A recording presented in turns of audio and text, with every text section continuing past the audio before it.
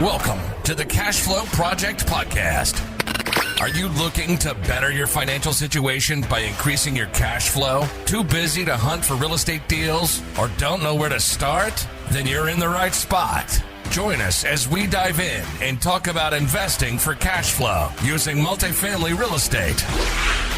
Welcome to the Cash Flow Project. I'm your host, Vincent Gethings with Tri-City Equity Group. And today we have Jon Stark on the show. Jon, thanks for joining us. And why don't we start with telling us who you are and a little bit about yourself, and we'll get right into it. Awesome. Sounds good. Vince, thanks for having me on. So I live in Carlsbad, which is North County, San Diego, born and raised in Southern California. Been down in San Diego for about 10 years since graduating college. I'm a commercial real estate broker focused on industrial product type, a little bit of off-market multifamily stuff as well. But about a year ago, I joined the Jake and Gino community and, with the aspirations and goals of transitioning to the owner-operator side as soon as possible. So in a quick nutshell, that's the gist of it. Awesome. So coming from the to the industrial side of the commercial real estate, what drove you to multifamily real estate as something not as a your business, but in more of a personal goal? Why did you choose multifamily for your vehicle to achieve your goals? Well, truthfully, ever since even prior to getting into commercial real estate, I saw a lot of people in my circle of influence and friends and successful people that I look up to that owned real estate. And it's, a common denominator in a lot of really successful people for building wealth. And so I knew I always wanted to own multifamily real estate. Again, exactly what attracted to me is I'm not exactly sure, but it's just always been something attractive, but it was kind of just like a pie in the sky. How do I get there? I was working in the restaurant industry for a long time, longer than I should be and wanted to. But eventually I got out of the restaurant business and into wholesaling houses. So I was wholesaling houses for a nationwide firm. And, relationships that I had made there was a hard money lender who used to be a broker over at Marcus Millichap, and him and I became pretty good friends. And, our conversation just kind of led from, I don't really see myself wholesaling houses for the rest of my life. And, flipping was just so much of, buying yourself a job basically. And I wanted, that passive income, long-term wealth, that I could pass on for generations and generations. And so, a lunch or a happy hour that him and I had, I just said, I eventually see myself in commercial real estate, love to transition. And he said, well, I can get you in front of the vice president at Marcus Millichap. And, that lunch or happy hour 2 weeks later turned into an interview there. And in August 2017, I joined Marcus Millichap. And without boring you too much, the reason I got into industrial is when I first got hired there, I told them that my long-term goals is to own apartments. And, I felt like the most seamless transition would be to broker multifamily deals. And in retrospect now, they kind of guided me to a different team, which is office industrial product type, for a guy who's extremely intelligent, really successful, but just had the highest turnover. He was, for lack of a better word, a dick. But again, one of the most intelligent guys I ever met. So I kind of got pushed into office and industrial, which now I still love industrial. It's a great product type, time resilient, recession resilient, similar to multifamily, which is kind of how I got into the industrial side. But after, working at Marcus Millichap for a year and a half or 2 years, it was just, the corporate culture was really boiler room. It was a great place to learn and cut your teeth. But I ended up switching firms, and the firm I'm at now is a local private and broker-owned brokerage here in Southern California that has 6 or 7 offices, and they strongly encourage all of their brokers to transition to the ownership side.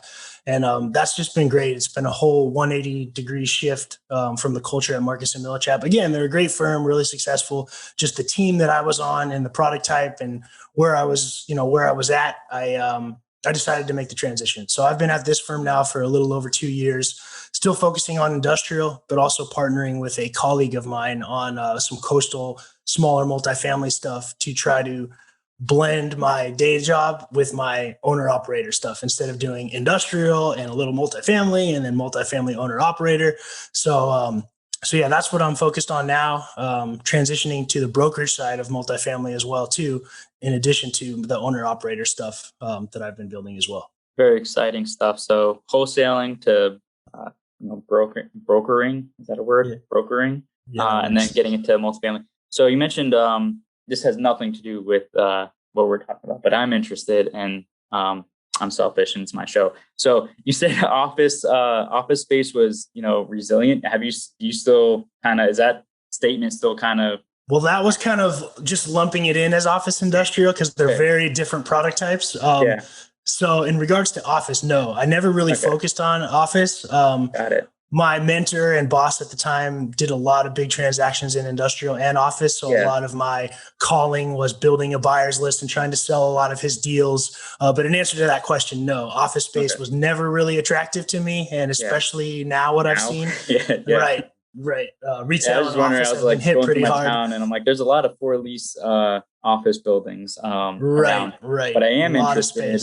I am interested in like office space that specializes in like the medical, like private practice niches. Like those seem really interesting because those are coming up available for sale. Small private practices, and they might have a small office building, maybe 10 suites in it or something like that. And I'm like, you can't outsource, like a foot and hand doctor or something like that. Like, they're not, coming to you Zoom to do physical therapy. Or maybe they are, I don't know, but those seem very interested, like that very specific niche of like, medical. And it's higher rent too. And from an investment standpoint, there's a lot of people that specialize in medical office, and depending on the tenant base that you have, whether it's single, multi-tenant, I mean, they're extremely attractive. And I mean, there's a lot of them being packaged as triple net single tenant deals with, DaVita and a lot of huge tenants that are doing 10 to 15 year leases. Yeah. And those are still really attractive. Looking at 3 of them right now. Performing. Oh, really? Yeah. And I'm deciding, like, am I going to, is this something I want to get into, or do I put the blinders on and, stick with what I know? But there's so many, as a whole office, the sector can be hit, but when you drill down to a lot of the different niches, there's so many different asset classes, even within the primary asset classes of commercial real estate, that there's a lot of niches that people, are still really attractive to and are still performing well. Yep, exactly. One of them's a urgent care center. So I'm like, oh, great. That seems pretty resilient. Right. And the same thing, 10-year lease and all that. But anyway, back on track. Now that I know medical, still good. All right. So what has been your biggest hurdles so far, and what lessons have you learned? Well, I guess the biggest hurdle that comes to mind as far as getting into multifamily was, I guess, just that, getting into it. How do I do it? I mean, I drove around in my car from appointment to appointment, brokering deals, going on meetings, listening to Grant Cardone, listening to podcasts, reading books, last 3-4 years. How do I do that? How do I get into that? That sounds great. And it's not intentional, but a lot of it just goes in one ear and out the other, because then you're just back to your day-to-day life. And, oh, that sounds great. It's just, but only rich people can get there, or only people that have family money, and you have to have an in. But, after listening to so many podcasts and coming across Jake and Gino and timing with COVID, it actually, for me, I know a lot of the economy and, families and stuff were hurt, but for me and my wife and our family, it was great. I mean, it gave me a lot of time to stay home. My wife and I bought a new place. We had our son, who's now 10 months, gave me a lot of time to really commit to something different. And where do I want to go with my life? So it gave me some time to regroup, and, commercial real estate wasn't hit too hard. So I still had activity going on, but it was also a really good time for me to really hunker down and, pursue something different. And yet taking that action by joining Jake and Gino was everything for me. Nice. And you mentioned, kind of the, how do I start? And when I talk to people that are kind of like they're waiting on the dock or at the cliff, and they won't jump, right? They won't jump in the water. It's like, they seem to be waiting for somebody to tell them like some kind of secret formula, like, no, it can't be that easy. Like, there has to be something, like some secret sauce, some secret formula that everybody else knows that I don't know. And that's why they're able. I'm like, no, there's nothing. They jumped in, they figured it out. There's no secret sauce, that, these people know. And there's like the haves and the have-nots of, this information of how to do multifamily or any kind of commercial investing. It's like, no, you just jump in, you figure it out. And most people are at different levels of figuring it out. Some people have done a couple of deals and they got pretty good ideas. Some people have done it for 40 deals and they have a very, very good idea. But everybody's just still kind of just figuring it out as they go. And even just, reading, books and content, and since joining the community and going through the coursework, I mean, you can learn a ton, but implementing it and actually executing is a whole different thing. And I mean, I felt like even just doing our first deal, I learned so much just from doing it and just having to figure it out as you go. But I guess there's really no other way until you actually put one foot in front of the other and make it happen. Got it. So you mentioned your first deal. So let's get into that. Let's do, this is going to be a newer segment in this show. And if people like it, we'll continue to do it. But this is going to be the a deal deep dive with Jon Stark and his first deal that he just closed. So we're going to do kind of by the numbers, business plan overview and everything, how it was structured, how it went and how it's going, hurdles along the way and get into it. So I guess from the top, what deal was your first deal and overview of the numbers of it all? Okay. So I'll do a quick rewind a little bit further back before the first deal. I met my partner through the Jake and Gino community. He's not a member, but he was with a different member of Jake and Gino who was introduced to me through my accountability pod. So just the power of networking and connections. Yes. I won't go into that whole story, but I met him through my accountability pod in Jake and Gino. And so him and I hit it off back in November. We've been underwriting and offering on deals. And so, the first one we got under contract and we just closed back in April. It's technically a 26 unit deal in the central corridor of Phoenix. We purchased it for $5.4 million. And just at those numbers right there, it's $207,000 per unit, which is just crazy. I mean, the Phoenix market is nuts. I mean, we've seen comps that have sold in the $230,000 per unit door as is in similar condition. But there's a couple asterisks there. We're able to, because we're doing such a high Class A level renovation of the property, we're putting in-unit washer dryers and everything. I mean, $45,000 to $50,000 per unit we had budgeted, but we're drastically increasing the rents and changing the whole tenant profile and demographic of the property as well. So by the 26 units that we purchased, like I said, we're able to convert the gym, which is a small gym that they're using, into a studio. We're converting the laundry room into a 2-bedroom, 1-bath unit. But the rest of the units, it's very atypical for Phoenix because they're 2-bedroom, 2-bath, 950 square feet units. And then there's 6 3-bedroom, 2-baths, which are 1,280 square feet. So there's no 1-bedrooms. Yes, we're converting the gym to a studio, which will be the only unit smaller than 2 bedrooms. So effectively, we bought a 28 unit for $5.4 million, which reduces the price per unit, I believe, to about $190-ish or so. But then one more asterisk that I know you wanted to talk about as well is it came with, on a separate parcel, a 4-bedroom, 2-bath house, which is right next door to the property, all in the same transaction, which the previous owner was letting the property manager live in for free. And when we saw that, we're just like, okay, that's not going to happen. There's another value add right there. So we're actually in escrow right now on that house for $399,000. After closing commissions and closing costs, we still think we're going to clear about 370. So you take that off 5.4 million and we purchased the deal for just over 5 million. And at 28 units, that's 180,000 a door, which for Phoenix is a lot more in line. I mean, again, I'm seeing deals trade for over 200 a unit in as is condition comparable to what we have. But the fact that we were able to reduce that all-in purchase price by selling the house, converting 2 units back, it makes it a lot more attractive for our business plan. Yeah, absolutely. And I definitely want to dig into that because that's huge. A lot of people, especially that house. So when I look at a deal, I'm always looking for what's called a black swan. Like what's the unknown unknowns that the seller might not know that they have, that the buyer or potential buyer might not know is there, what opportunity is there. So when I'm in due diligence, the whole first couple of weeks or in that first 30 days or so, I'm looking for what's that black swan, what's that one kind of thing I can really juice up this deal. And it could be something as easy as a seller credit. It could be as something as awesome as like an extra parcel of land with a house on it that comes with it that no other people saw. Potential investors saw when they came and looked at this property, mm-hmm. or when it was on the MLS or wherever the broker kicked it out at. Or was this on market? I guess I forgot to ask. It was not. So yeah, not to downplay our success in the deal and the opportunity, but I think yes, it's a great value add piece to it. And I'm not saying that other investors wouldn't have noticed that, but we did have the opportunity off market from a good broker relationship that my partner had. Nice. So we were fortunate. There was another group looking at it. And because these brokers know my partner and they've worked with him in the past, he owns another deal out in Phoenix. So They've been talking off and on, and he has a good relationship already being an owner in the market.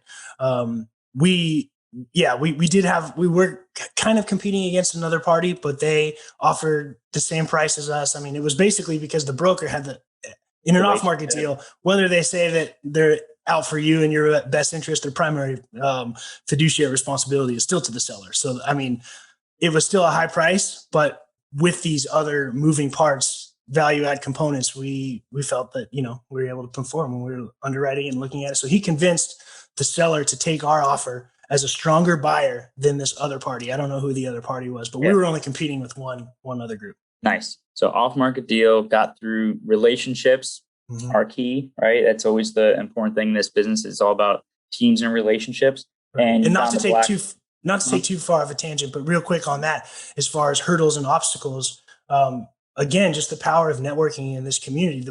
Because I met my partner, he's great. We complement each other well, but it really fast-tracked me to getting a deal, I think, because so many of those relationships he already had in place: mortgage broker, property managers, contractors, people that he's already worked with.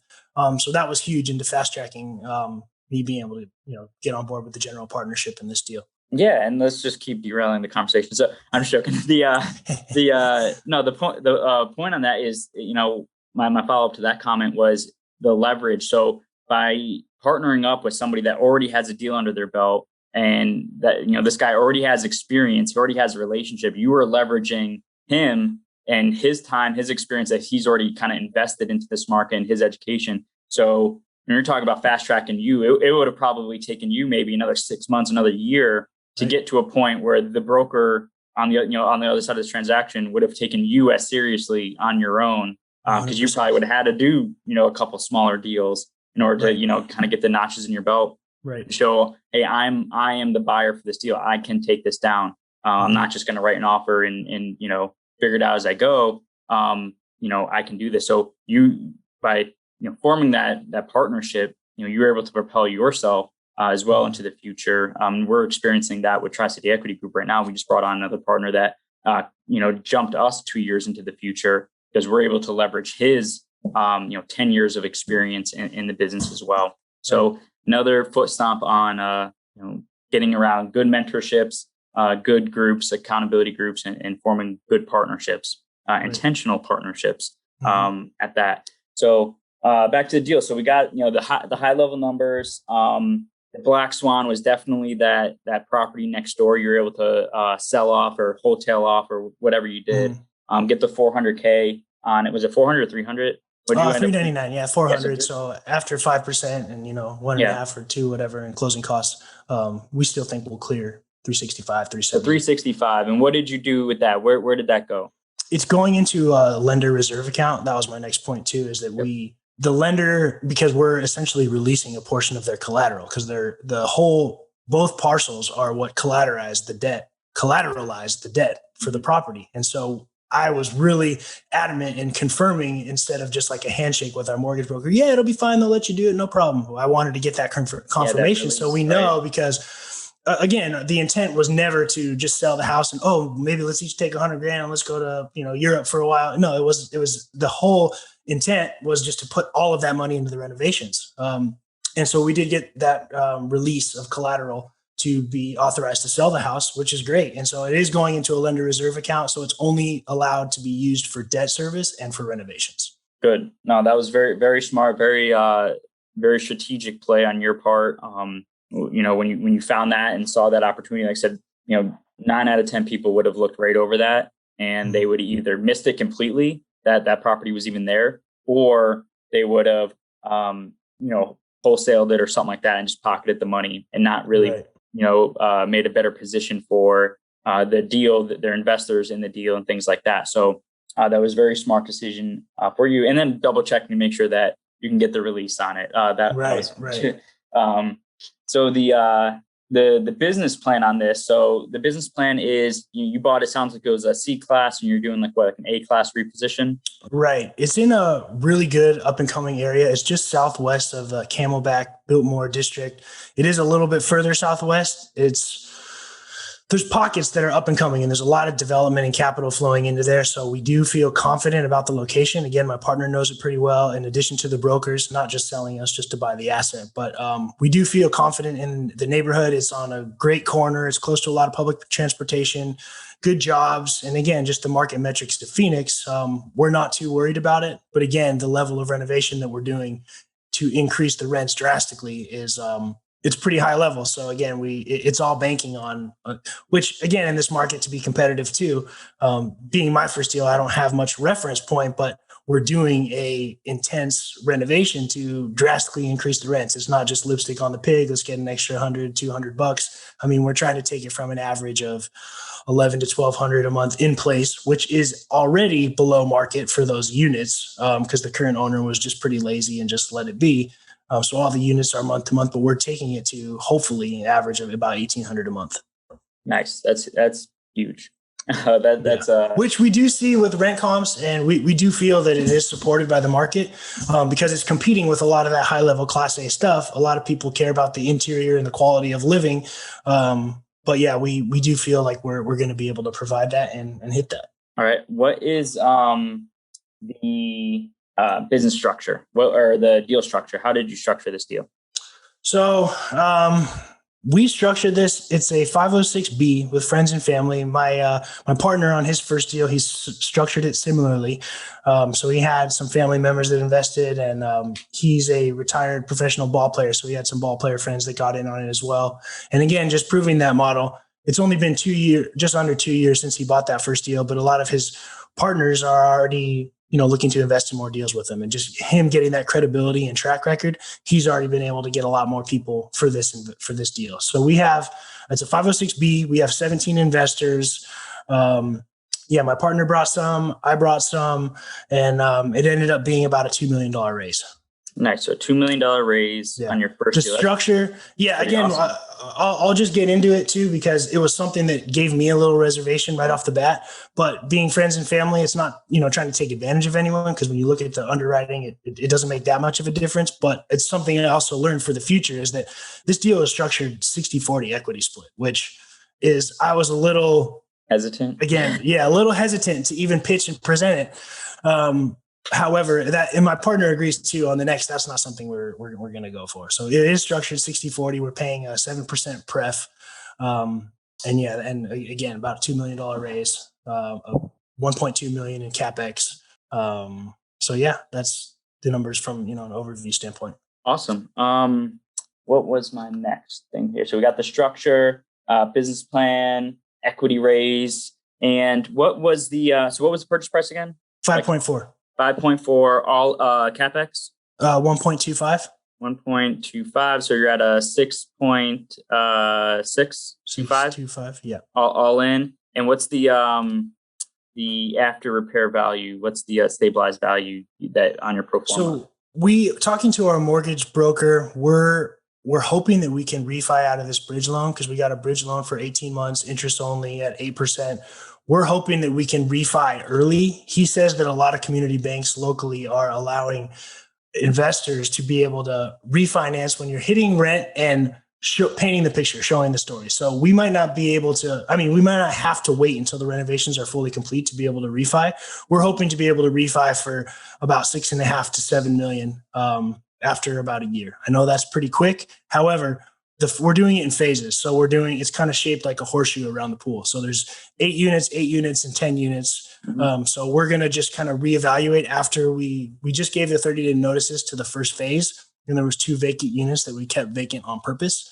So we're just going to kind of wait and see where we're at after that first phase, see if we're achieving the rents, and just look at all of our options and see if we're able to refi it from bridge to perm loan, and then eventually, get out into a much longer stabilized debt. So that's so you're going to do bridge to perm with what's your target exit timeline? Is it 5 years, 10 years? 5 years. Yeah. 5 years. 5-year exit. What's your terminal value at 5 years?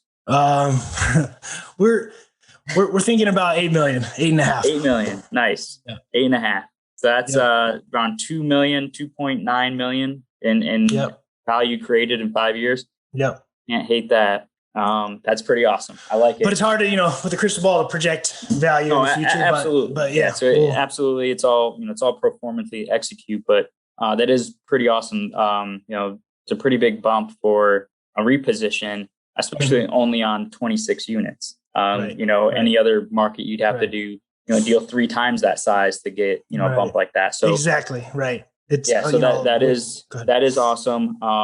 And, full disclosure, I remember like when you first brought this deal to me, I didn't like it, or I didn't love it. I was just like, I couldn't wrap my head around it. The first glance on it. And it was very early on in your due diligence. And I was looking at it, I was like, I don't know, man. And then, and then as we got a little feedback similar, it's reliant heavily on pro forma, and I'd be lying if I'd say it doesn't make me a little nervous too, but time will tell if we achieve those rents. Well, and I think for definitely me, a learning. Yeah. Well, for me, the first glance was definitely, I'm not Phoenix market. Like I, complete outsider looking in. So when I'm seeing like $200K a door and all this stuff, I'm like, expensive for me is like, 90, 100 a door. So, I like sticker shock right up front, but the market, your partner knows the market, you're going to have the confidence coming there. Like, I know this market, I know where we're going in this market. I see the growth curves and the metrics and the KPIs all kind of tell the story of where this market's going. And then also that black swan of having that house next door that you can peel off and inject that equity back into the deal is really going to make the numbers pop even more. So even though at first glance, back when I was like not unsure about it, you definitely kind of told the story, executed the business plan, and really followed through on it. And I love the deal now, so I think you're going to do great on it. I love the repositions, going from like a C class to a B plus or a C class to like an A class. If the market's right, those are like the best deals to find. Like if you're in that path of progress or that nice area town that's gentrifying or something like that, those deals you can make so much money on those deals by doing like a value add reposition. So I think you've done really well. Yeah, another thing that boosted my confidence as well as some of our investors too is that my partner is executing this exact same business plan on another deal. It's a little smaller. It's a 16 unit deal, but it's about 2.5 miles away. It's again 16 units. He bought it in December of 2019 for 2.8, and brokers are already bringing him off market offers for 4.3. And he's achieving above the rents that the property managers were like, that's too high. You're not going to be able to get that. And then he's getting $100 higher. So it really boosted my confidence in it, other investors' confidence in it, including some of the ones that are already invested in that deal. Again, only time will tell where the market's going and, if those rents are going to be hit, but we do feel confident in it. No, that's good. You're going to do great on it. And then I'm sure you're already getting calls about the next deal. It's usually what happens after you close the first one. All of a sudden the broker's like, oh, these guys are closers. Let's beat them more, strike while the iron's hot. And it's always awesome to see how quickly the second and third deals come along. Yeah, we'd like to, do another one for sure, maybe 2 before the end of the year, but we're already looking at other off-market opportunities from these same brokers. However, my partner is really gung-ho and eager and optimistic, and so am I, but I'm also like, let's just, make sure the business plan is on track. Let's make sure construction and renovation and the rents are hit, and let's just take a step back and take a deep breath and like let it play out before we just jump into another one so fast. Yeah, absolutely. And then, a big part of that comes with really developing your team to make sure you get the right people in the right, spots. Like, for Tri-City, we kind of ran into that where we were like kind of burning ourselves out. And then we're like, wait a second, step back. And like, let's divide our roles here and make sure that, like for me, asset manager, I'm focusing on, our current portfolio and executing the business plan on the deals we already have. And then we took a couple people from our team and turned them into like the acquisition side of the house. So that way it's like, you're not trying to, operate the deal that you have and execute that business plan. At the same time, you're like underwriting 10 deals a week and, trying to field calls from brokers, like split those two activities up. And that way you're not going to hit that burnout of that or start dropping, the plates on the existing deals you have. So it all kind of comes organically as you start building your team and forming your team and figuring out what people on the team are really good at. What are their strengths? What are the weaknesses? And put the right people in the right spots. Right. Love it. So what is your outlook on the commercial real estate industry? I know you mentioned it a couple of times, you know, crystal ball, but what are you seeing being a broker or an investor, either in Phoenix or just commercial in general in the country? What are you kind of seeing on the horizon? It's again, really hard to predict and project, but I think from the two product types that I'm aware of and familiar with, industrial and multifamily, I just don't think are going anywhere. And as long as you're properly leveraged and you're executing on your strategy, I think rents will continue to increase, if not drastically, still steadily. And with e-commerce and the shift towards, you know, warehousing and distribution through online sales, I mean, I don't see industrial or multifamily being hurt drastically by any turn in the economy. I think that, you know, it'll level off and slightly go back down, which will be a better time to buy. But again, I think there's, you know, without having a crystal ball, I think now is always a good time to underwrite and get in deals as long as it makes sense. It's just, you know, it's hard to project exactly where everything's going to be in 5 years, but I feel confident about it.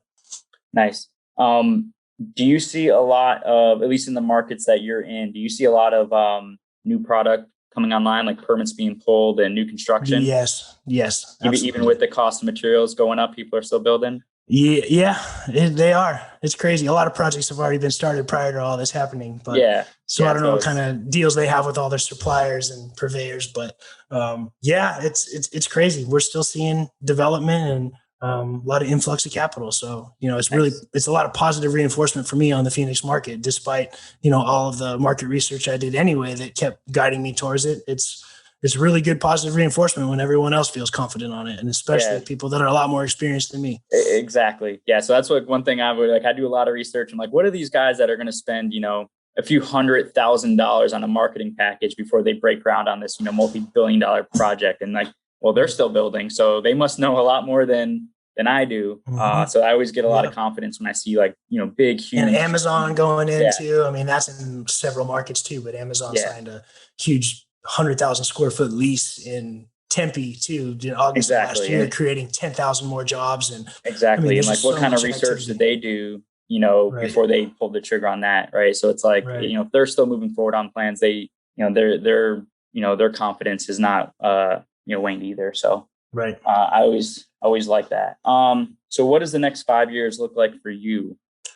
You know, I want to get to my first benchmark of 1,000 units. I really want to vertically integrate. I want to start a property management company. I still working on building my team, but as of now, it's really open and flexible. I'm open to partnering with other partners on other deals in other markets. But it's really just drilling that team down. I want to be able to hire employees and grow my brand and, really just vertically integrate. Nice. So did you have property management on that list before last weekend at the event? Because I came back and I was like typing my team. I'm like, we're starting a property management company. I don't care what you guys say, like that. Kind of loosely, but definitely after Knoxville, I know that that's something I want to do. But it's also something I know that I don't want to do today.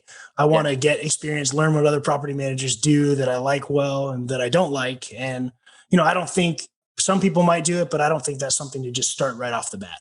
Unless you have that experience. So I think you need to let it play. There's that, and there's partner with different people, and there's also a barrier to entry property management.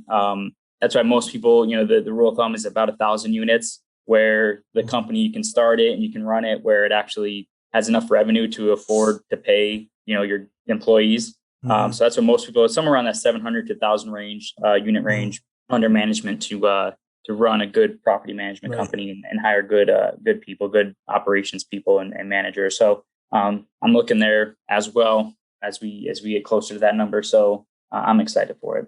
All right. So that is kind of the last bit of my questions. I was really excited about that deep dive, that first deal, and the ones coming up after that. Probably soon after you're going to get your next deals and then get closer to your 5-year goal. So I guess at this point we can transition to our fire round where we ask the same questions to every guest. Ready? Cool. Let's do it. Never really a fire round because I always, you know, get distracted and never fast. But anyway, what is the best book that you recommend other than Rich Dad Poor Dad? It's funny because typically, like everyone else that read that book first, I still haven't read it, and I'll just say that openly. I mean, anyway, my favorite book, I would say that applies to business life and everything in general is Extreme Ownership by Jocko Willink. Nice. One of my favorites. Great book. So yeah, I'd say my all-time favorite. Did you read it or listen to the Audible? Because I read it. I have the hard copy book right here on my shelf. Yeah, I read the hard copy first, and then I got the Audible later so I can listen to it when I work out. And it's like Jacko and then the co-author Leif Babin, I think his name is. And it's like their voices are like exactly what you think they would be. Right. Yeah, his voice. And it's them narrating it. So it's pretty hilarious. Nice. I'll check it out on Audible too. And then the follow-up to that is, what is it? The Dichotomy of Leadership is also very, very good book as well. I got that one autographed. Nice. Yeah, he came out, Jacko came out to Hawaii when I was stationed out there and did a meet and greet and got it signed. So it was pretty cool. All right. So what is your superpower? Superpower. I wish I had some, but I would say, I guess I'm just relentless. That's a great book too. Relentlessly good books. That's what you got. Yeah, no. But relentless. I would say just relentless in my approach. Like when I know that I want something and I believe in my why, which I do, I'm going to get it. So, who wrote Relentless? I'm trying. Tim Grover, Michael Jordan's coach. Okay, yeah, is it good? That's a great book. It's a good. I got to get it. Yeah, Relentless. All right, never heard of that one. Yeah, all right. What is the biggest lesson you've learned over your career? Ooh, I don't know if I can pinpoint one lesson, but I can say I think failures and dissatisfaction are equally as important to finding out what you do want to do. Because I had so much time in the restaurant industry and jobs that I just felt I was really complacent and had a ceiling to it. But finding out that you're so dissatisfied with something and you want something else, I think is such a valuable lesson that's overrated and underlooked. Finding out what you don't want to do can be equally as important as, success and having that clarity right out of college. I mean, so I don't know if that's really a lesson, but that was the first thing that popped into mind.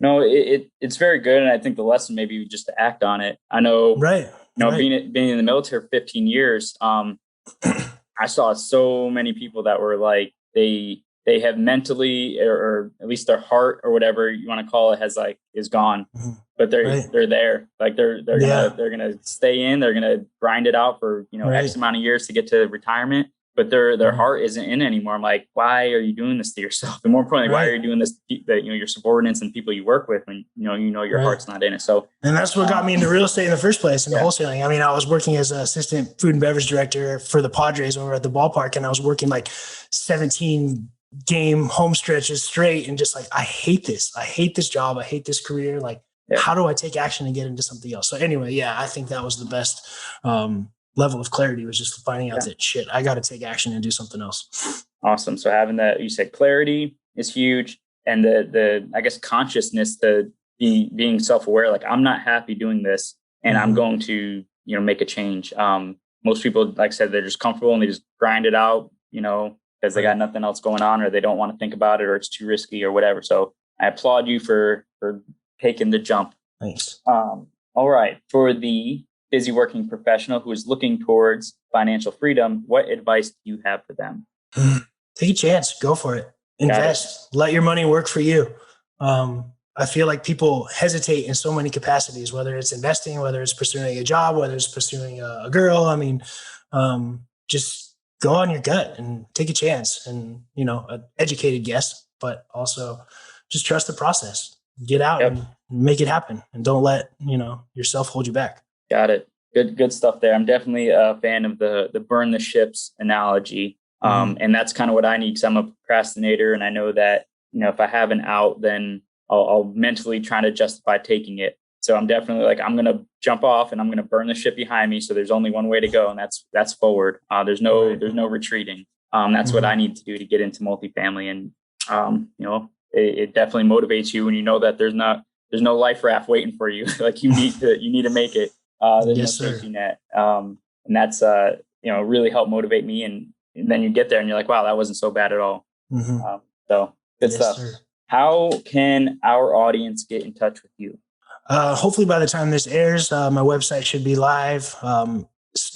starkcap.com. My email address is Jon, Jon, at starkcap.com. You can reach us on Instagram, stark@stark.capital, or hit me up on my cell phone, 858-525-2446. Got it. All right. Well, thanks for coming on. And if you have any last words, I'll forever hold your.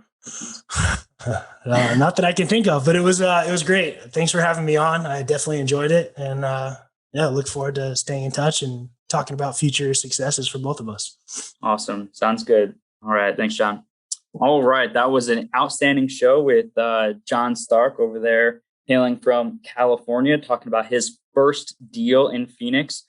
So, one thing I took away from Jon, other than the deep dive into the deal, which was I thought was very fascinating, and doing the C-class reposition as a business plan is a very lucrative business plan. But the fact that he was a newer investor, never really done a big deal like that before, and he jumped right into one of the hottest markets in the entire country. And we're talking over 200,000 for a C-class unit is by far one of the hottest markets in the entire country. And he didn't let that stop him. So no excuses. He took that extreme ownership when he was talking about that book to heart, didn't make any excuses, executed on his business plan, and made it happen, took down a massive deal. Even though it was only 26 units, it was 26 units at, 180,000 or 190,000 a door. So no excuses, jump in, burn the ships, and make it happen. Make sure you have a strong why, so you know what you're working for, what you're working so hard for, so you don't lose that motivation. So very awesome. Jon and his show, definitely check out his website. If you want to learn more about going his first deal, or how his deal is going in Phoenix, definitely check him out at his website. And then if you're interested in connecting with us, go to tricityequity.com to learn more, to connect with like-minded investors, join our Facebook group, Honolulu Multifamily and More. And if you found this value in this podcast, please subscribe and give us a review on Apple Podcasts or Spotify or wherever you are getting this and listening to this from. We greatly appreciate it. And if you know anyone that might resonate with today's podcast, please share this episode with them so we can continue to grow our community and continue to add value and get more people into commercial real estate, because I believe it is the best vehicle for growing wealth, especially generational and legacy wealth, which is why we're here. So thank you again and have a great day.